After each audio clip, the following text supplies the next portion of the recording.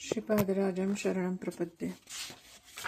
श्रीपाद श्रीवल्लभ चरित्रामृत अध्याय 5. शंकर भट्टाचे तिरुपतीला पोहोचणे, काणिपाकात तिरुमलदासांची भेट। श्रीपादांच्या अनुग्रहाने शंकर भट्टाची शनिपीडा निवारण। मी माझ्या प्रवासात परम पवित्र तिरुपती महाक्षेत्रास आलो। माझ्या मनात केव्हाही न अनुभवलेल्या शांतीचा अनुभव आला। तिरुपती महाक्षेत्रातील पुष्करणीचे स्नान करून श्री व्यंकटेश्वरांचे दर्शन घेतले। मंदिराच्या अंगणातच ध्यानस्थ झालो। ध्यानात श्री व्यंकटेश्वरांना स्त्रीमूर्ती रूपात पाहिले।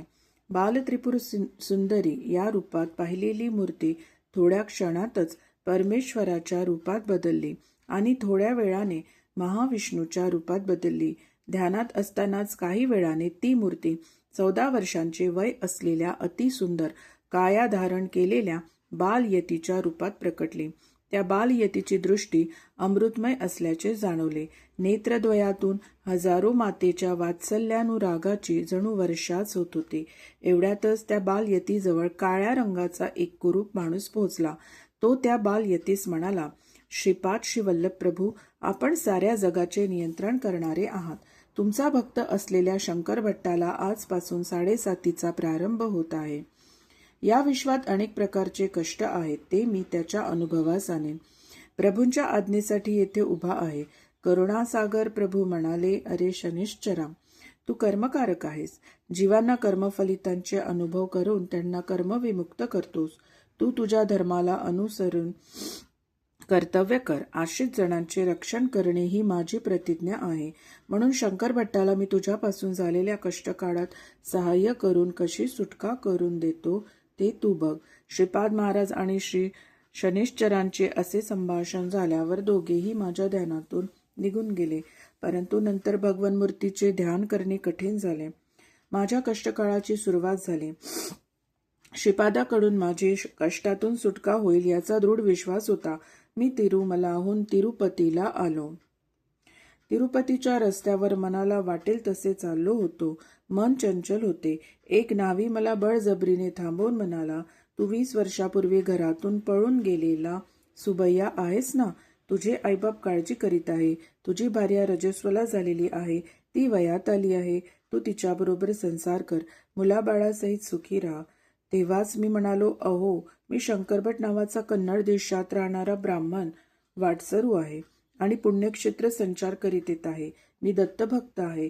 श्री दत्तप्रभू श्रीपाद श्रीवल्लभ या नामरूपाने अवतरले आहेत असे ऐकून कुरुगड्डीला प्रयाण आरंभिले आहे। परमपवित्र गायत्रीची शपथ घेऊन सांगतो, मी ब्रह्मचारी आहे। मी तुम्ही म्हणता तो सुबैया न्हावी नाही, परंतु माझा आवाज ऐकणारे कोणी नव्हते। तेथे पुष्कळ लोक जमा झाले होते। प्रत्येक जण कोणत्या ना कोणत्या रीतीने माझी निंदाच करीत होता। मला सुबैया नावाच्या माणसाच्या घरी नेण्यात आले।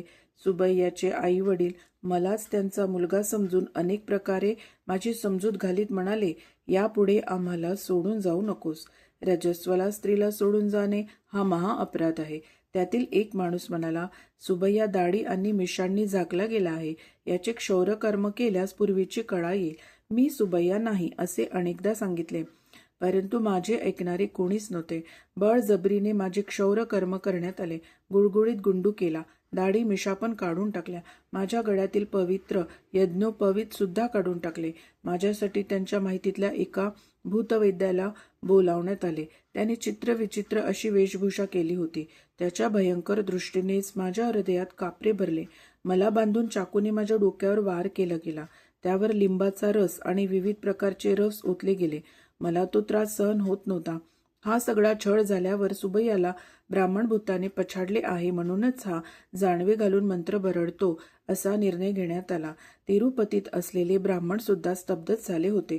ह्या नगरात आलेला वाटसरू सुबैयाच आहे। त्याला एका ब्रह्मराक्षसाने बाधले आहे असेच ते समजले। मला त्या गावातील मोठ्या श्रेष्ठ ब्राह्मणांकडे नेले। मी कन्नड देशीय स्मार्त ब्राह्मण आहे। भारद्वाज गोत्राचा आहे। नमक चमक मला येते। संध्यावंदन पण करतो। असे माझ्या सांगण्यावर त्यांचा विश्वासच नव्हता। सुबैयास एका कन्नड ब्राह्मण भूताने झपाटले आहे।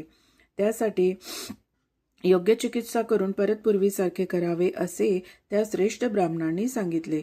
घावाने झालेल्या त्रासाने मी चक्रावून गेलो. माझे रुदन केवळ अरण्य रुदनासारखेच झाले. शुद्धीवर आलो तेव्हा माझ्यासमोर माझ्यासारखेच काळे तेज असलेला एक विकृत आकाराचा माणूस बसलेला आहे असे वाटले. तो माझ्याशी काही न बोलता माझ्यामध्ये सामावून गेला. माझ्याशी तदाकार झाला. 7.5च्या प्रभावाने 7.5 वर्षे माझा कष्टकाळ आहे याची कल्पना मला आली. श्रीपाद श्री वल्लभच या कष्टाच्या काळात माझे रक्षण करतील असा मला दृढ विश्वास होता. तेवढ्या तापात सुद्धा मी मनात श्रीपाद श्री वल्लभांचे नामस्मरण करीत होतो. श्रीचरणांचे नामस्मरण केल्याबरोबर माझा त्रास कमी होण्यास सुरुवात झाली. भूतवैद्य मात्र कोंबड्या बकऱ्यांचा बळी देत चित्रविचित्र पूजा करीत होता. मला मात्र पथ्याचा आहार दिला होता. सुबैयाला ब्राह्मण भूताने बाधले आहे, त्यामुळे त्याला शाकाहारच दिला पाहिजे असे मांत्रिकाने सांगितले. श्रीपादांच्या अनुग्रहानेच मला शाकाहार दिला गेला याचे मनाला बरे वाटले. 3 दिवस मी तीव्र नरकयातना भोगल्या. त्या संकटात सुद्धा श्रीचरणांचे स्मरण न चुकविल्यामुळे 4थ्या दिवसापासून संकटे येणे बंद झाले. ते लोक माझ्या शरीरावर चित्र विचित्र असे प्रयोग करीत होते. मांत्रिक मधून मधून चाबकाने मारत होता. श्रीपाद शरणम शरणम अशी दीनतेने हाक मारीत मी रडत होतो. श्री दत्तांची अनन्य भक्तीने सेवा करणाऱ्याला ही अशी नरकबाधा कशी असते याचे मला आश्चर्य वाटत होते. तेवढ्यातच विचित्र घडले. माझ्या शरीरावर चाबकाचा मार बसला, परंतु मला किंचित सुद्धा त्रास झाला नाही. तेव्हा मांत्रिकच रडू लागला. तो मला मारत होता, पण त्याच्या माराचा त्रास त्यालाच होत होता. हे कसे घडते हे त्याला समजत नव्हते. तो माझ्याकडे वेडसर नजरेने पाहत होता. मी मात्र ही श्रींचीच लीला आहे असे समजून हसलो. मी पथ्याचेच जेवण जेवत होतो, परंतु ते सुद्धा मला मधुर वाटत होते. मी पोटभर जेवण्यास सुरुवात केली. जेवण श्रीपादांच्या अनुग्रहाचा प्रसाद समजून जेवत होतो. तो मांत्रिक मात्र त्याच्या आवडीचे कोंबड्या बकऱ्या खात असला तरी त्याला ते विषासारखेच भासत होते. त्याची तब्येत पण क्षीण होत होती. तो मला त्रास देण्याचे सोडून केवळ मंत्र पूजा वगैरे करून वेळ घालवित होता. माझा इलाज सुरू झाल्यापासून 5व्या दिवशी त्याचे घर जळून गेले. त्या घरात अग्नी नव्हताच, तरी सुद्धा सगळ्यांच्या देखतच अग्नी प्रकट झाला आणि क्षणातच सगळे राख झाले. 6व्या दिवशी तो खिन्नतेने सुबैयाच्या घरी येऊन म्हणाला. सुबैयाला लागलेले ब्राह्मण भूतमांत्रिक होते. त्याने माझ्या घराला मांत्रिक प्रयोगाने दग्ध केले. वेताळ वगैरे अनेक क्षुद्र शक्तींना प्रसन्न करण्यास अनेक प्रकारच्या मांत्रिक पूजा कराव्या लागतील. त्यासाठी अधिक धनराशी लागेल असे त्याने सूचित केले. मंत्रातंत्राचा काहीच उपयोग नव्हता. मांत्रिक धनाच्या आशेने असे वागत होता हे मला माहीत होते. विधीचे विधान मानून मान खाली घालून सुबैयाच्या पत्नीला माझीच पत्नी म्हणून स्वीकार करण्याची वेळ आल्यास त्याच्यापेक्षा अधिक लाजिरवाणी परिस्थिती काय असणार. त्यापेक्षा मोठा विश्वासघात कोणता असू शकतो याची मला खंत वाटली. विधी माझ्या जीवनाशी एवढ्या क्रूरतेने का खेळत आहे समजत नव्हते, उलगडत नव्हते. माझे काळीच कापत असल्याचा अनुभव येत होता. मी सुबैयाच्या आईवडिलांना म्हणालो, माझे मायबाप, तुमच्या सर्व स्थावर संपत्तीची विक्री करून या मांत्रिकाच्या मायाजाळात पडू नका. माझी तब्येत चांगलीच आहे. मी तुम्हाला आईवडिलांसारखेच मानतो. तेवढ्यावरच मला मांत्रिकाकडून मुक्ती मिळाली. सुबैयाचे आई वडील अत्यानंदित झाले. त्यांच्या डोळ्यातील आनंद पाहून माझे डोळे पण ओले झाले. परस्त्री माते समान असते, म्हणून येणाऱ्या संकटातून माझी रक्षा करावी, धर्मभ्रष्ट होऊ देऊ नये अशी अत्यंत दीनपणे मनातल्या मनातच श्रीपादांची प्रार्थना करीत होतो.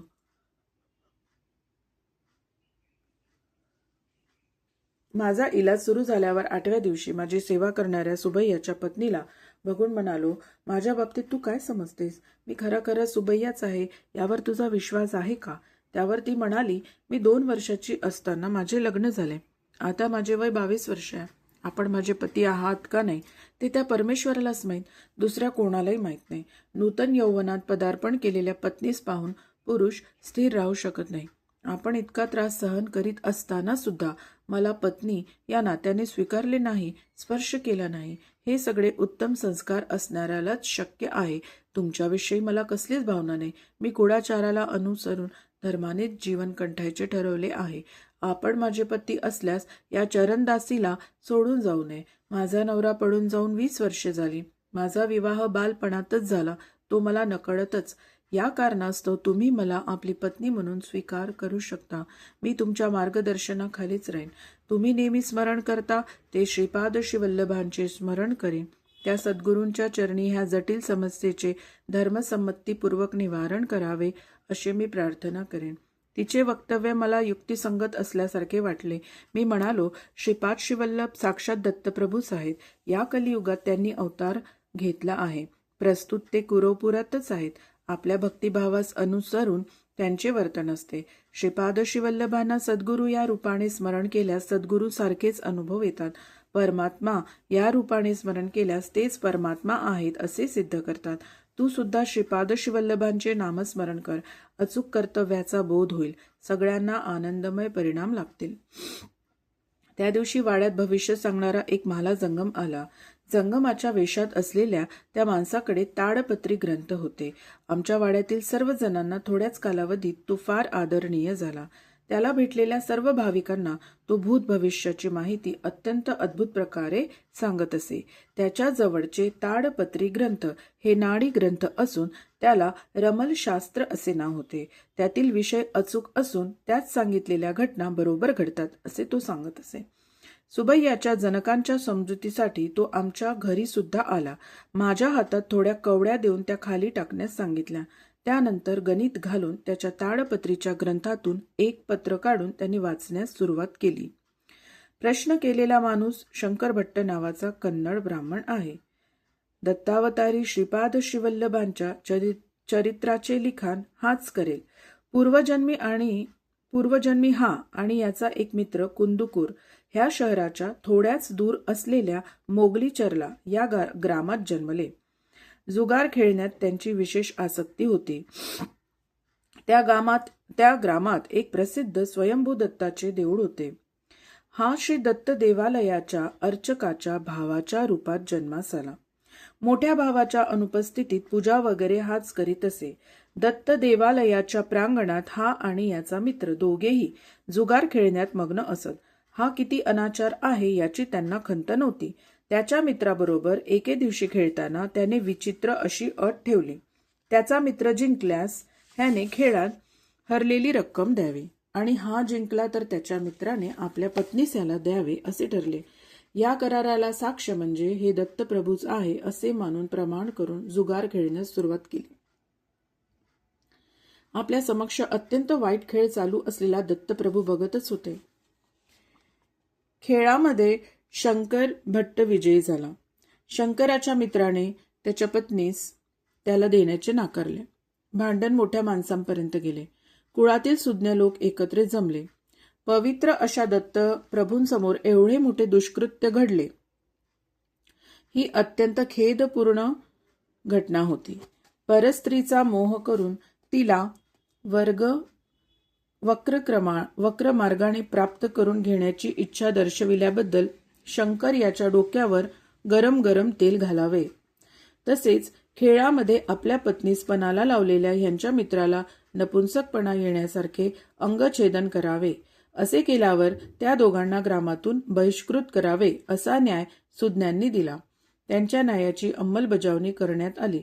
शंकर भट्टाने त्याच्या पूर्वजन्मी थोडा काळ दत्त सेवा केल्यामुळे ह्या जन्मी देवभक्ती असलेला जन्म प्राप्त झाला. त्याचा मित्र सुबैया या नावाने शौरकर्म करणाऱ्यांच्या घरी परमपवित्र अशा तिरुपती क्षेत्रात जन्मला. त्याचे मन चंचल झाल्यामुळे वेडा होऊन लग्न झाल्यानंतर पळून गेला. भोळसर असलेली सुबैयाची पत्नी निर्दोष आहे. तिच्या पातिव्रत्याच्या प्रभावाने सुबैयाच्या मनाची चंचलता कमी होऊन हे रमलशास्त्र ऐकल्याच्या दुसऱ्या दिवशी सुबैया परत येईल.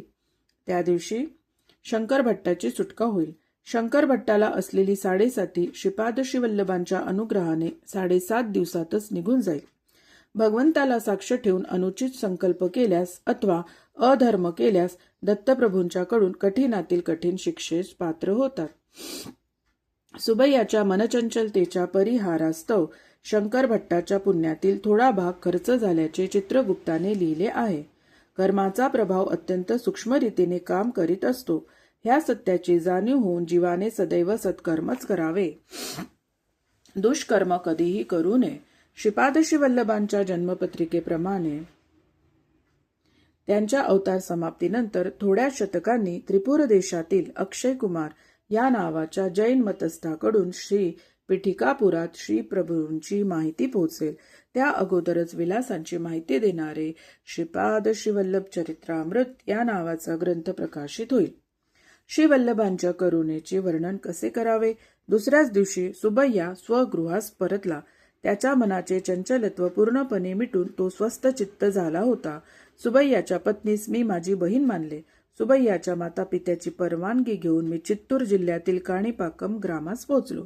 काणिपाकम हे ग्राम चित्तूरहून थोड्याच अंतरावर आहे. त्या ग्रामात वरदराज स्वामींचे देऊळ, मणिकंठेश्वर स्वामींचे देऊळ, वरसिद्धी विनायकाचे देऊळ आहे.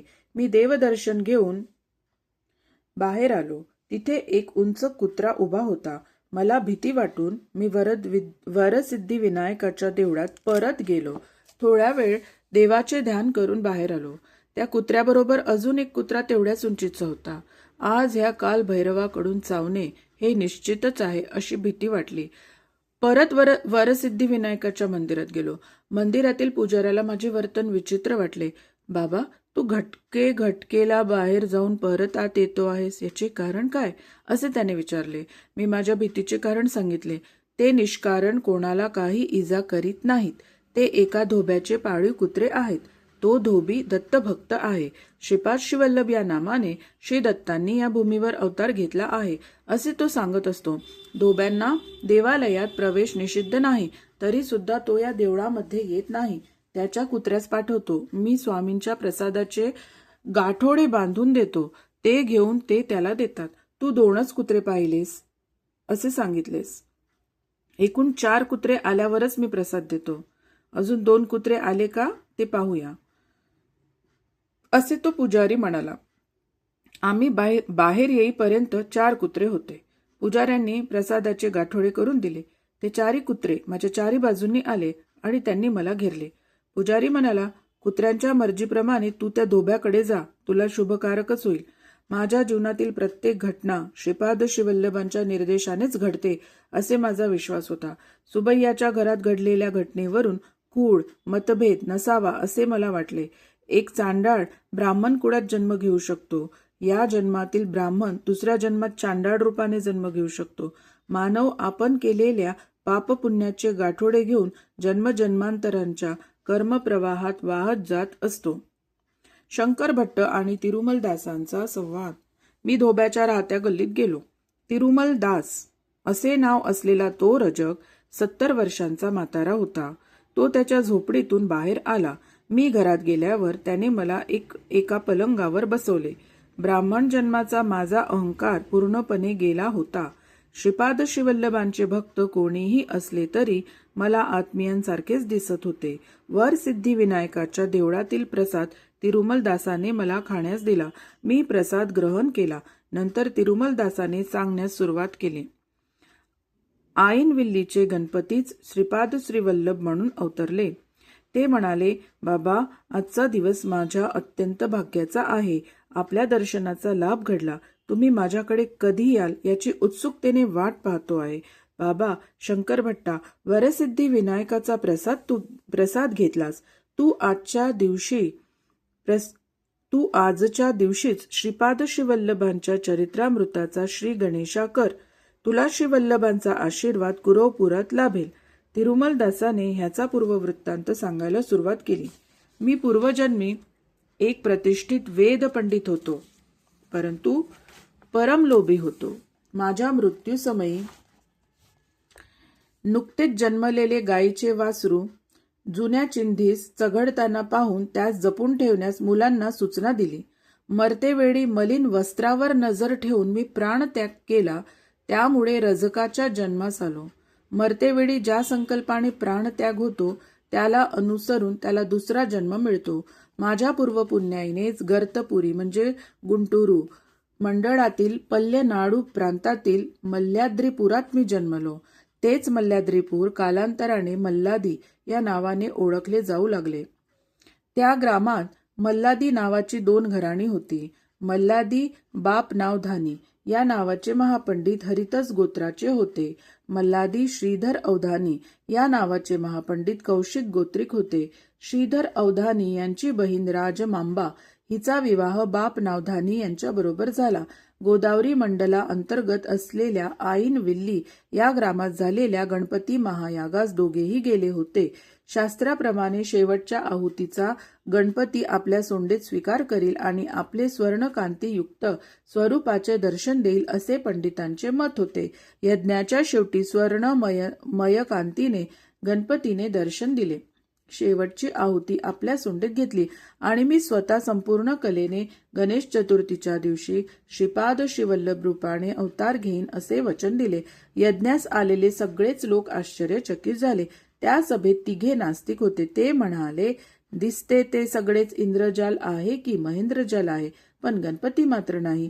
तसे असलेच तर परत एकदा त्याचे दर्शन घडवून आणावे. कानीपूर विनायकाचा महिमा.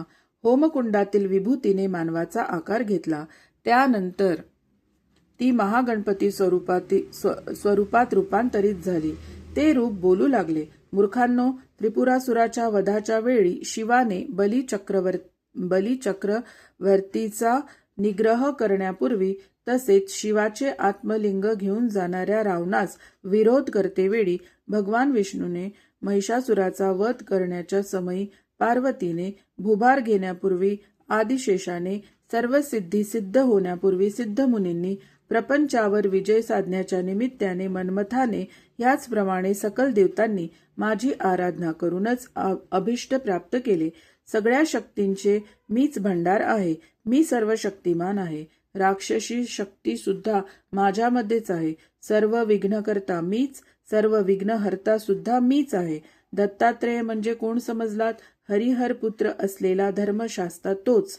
विष्णू रूपात ब्रह्मा रुद्र रूप विलीन झाले तेच दत्त रूप होय. धर्मशास्ता रूपात गणपती षण्मुख रूप विलीन झालेले हे रूप सुद्धा दत्त रूपच आहे. दत्तात्रेय हे सर्व काळ त्रिमूर्ती स्वरूपच असतात. श्रीपाद श्रीवल्लभ रूपात महागणपती असल्याने गणेश चतुर्थीच्या दिवशीच त्यांचा अवतार होईल. त्यांच्यामध्ये सुब्रह्मण्याचे तत्व असल्याने ते केवळ ज्ञानावतार म्हणून ओळखले जातील. धर्मशास्त्रात तत्वामुळे ते रूप समस्त धर्म कर्माचे आदी आणि मूळ असे समजले जातील. हा अवतार माता पित्याच्या संयोगाचे फळ नसेल. ज्योती स्वरूपच मानवाकृतीचे रूप घेईल. श्री गणपती पुढे म्हणाले, मी तुम्हाला शाप देत आहे. सत्य स्वरूप पाहून सुद्धा ते असत्य आहे असे म्हणालात. त्यामुळे तुमच्यापैकी एक आंधळा जन्मेल. सत्यस्वरूपाची प्रशंसा न करता टिंगल केल्यामुळे तुमच्यापैकी एक मुका जन्मेल. एवढा जनसमुदाय निजभक्त त्या सत्याच्या बाबतीत सांगत असता दुर्लक्ष करून न ऐकल्यामुळे तुमच्यापैकी एक बहिरा जन्मेल. तुम्ही तिघे बंधू रूपाने जन्माल. माझ्या स्वयंभू मूर्तीचे दर्शन घेतल्यावरच तुम्ही दोषरहित व्हाल. बाबा, ते तिघेही या काणीपुरात भावंडांच्या रूपात जन्मले. त्रिमूर्तींना दूषण दिल्यास घोर अनर्थ होतो. ही 3 भावंडे 1 एकर जमिनीत याच ग्रामात उत्पन्न काढीत असत. त्या शेतात पायथ्याला एक विहीर होती. मोटेच्या साहाय्याने पिकांना पाणी देण्याची सोय केली होती. एका वर्षी दुष्काळ पडला. जमिनीतील पाणी वाळून गेले. एके दिवशी विहिरीत असलेले पाणी सारे खर्च झाले. फावडा घेऊन तिघेही वाळू काढण्याच्या प्रयत्नात होते. त्या पाण्याखालील भागात असलेल्या दगडावर फावडा लागून रक्ताचा फवारा वर आला. रक्त हाताला लागल्याने मुक्याला वाचा फुटली. पाणी सुद्धा विहिरीत यथाविधी भरू लागले. पाण्याच्या स्पर्शाने बहिऱ्याचा दोष गेला. तिसऱ्या आंधळ्याने त्या पाण्यातील दगडाला स्पर्श केल्यामुळे त्याचे अंधत्व नाहीसे झाले. त्या स्वयंभू विनायकाच्या दगडी मूर्तीच्या डोक्यावर फावडा लागून रक्तस्रावास आरंभ झाला. ती स्वयंभू मूर्ती बाहेर काढण्यात आली. त्या वरसिद्धी विनायक प्रतिष्ठापना करण्यास सत्य ऋषीश्वर असे नामांतर झालेले बापन्नावधानी आणि त्यांचा मेवना श्रीधरावधानी या ग्रामास आले होते. वरसिद्धी विनायक त्यांना म्हणाले, महाभूमीमधून या लोकात आलो. पृथ्वी तत्वावर अवतार घेतला. हे तत्व कालांतराने अनेक रूपात रूपांतर होईल. जलतत्वात, अग्नितत्वात, वायुतत्वात, आकाशतत्वात माझे अवतरण झालेलेच आहे. आईनविल्लीमध्ये तुम्ही केलेल्या महायज्ञातील भस्मानेच हे रूप धारण केले. नंतरच्या कर्तव्याचे आदेश देतो. श्रीशैल्यामध्ये कळा कमी आहे. सूर्यमंडळातील तेजाचा तेथे शक्तिपात केला पाहिजे. तुम्ही श्रीशैल्यामध्ये शक्तिपात केल्याच्या दिवशीच गोकर्णामध्ये, काशीमध्ये, बद्रीमध्ये, केदारामध्ये एकाच वेळी माझ्या विशेष अनुग्रहाने शक्तिपात होईल. श्रीपाद श्रीवल्लभांच्या अवतरणाचा समय निकट येत आहे. श्रीधरा, तुझ्या घरचे नाव श्रीपाद म्हणून बदलत आहे. कौशिक गोत्रिक तुमचे वंशज आजपासून श्रीपाद या आडनावाने ओळखले जातील. बाबा शंकरा, मल्ल्यादीपुरातून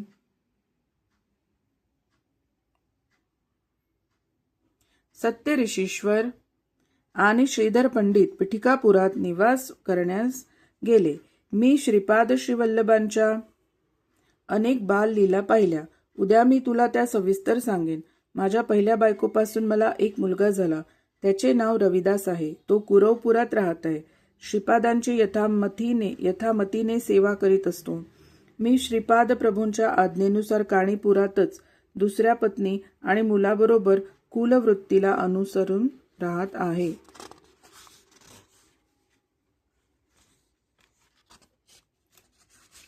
तू श्री पिठिकापुरात अनेक महानुभावांना भेटशील. वैश्यकुळात श्रेष्ठ असे व्यंकटपय्या श्रेष्ठी नावाच्या व्यक्तीस भेटशील. तेव्हा अनेक महत्वाच्या विषयाबद्दल माहिती मिळेल.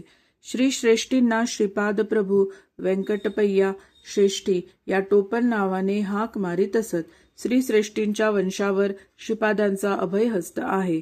वत्सवाई असे उपनाम असलेल्या नरसिंहवर्मांना सुद्धा भेट. त्यांचा श्रीपादांशी घनिष्ठ संबंध आहे. तुझ्याकडून रचल्या जाणाऱ्या श्रीपादांच्या चरित्रास श्रीचरणांचा आशीर्वाद लाभेल. तू लिहिलेल्या ग्रंथाखेरीज दुसरा कोणताही ग्रंथ श्रीपादांचे चरित्र संपूर्ण रीतीने माहिती देणारा असणार नाही. ही श्रीचरणांची आज्ञा आहे. श्रीपाद श्रीवल्लभांचा जय जयकार असो. अध्याय 5 समाप्त.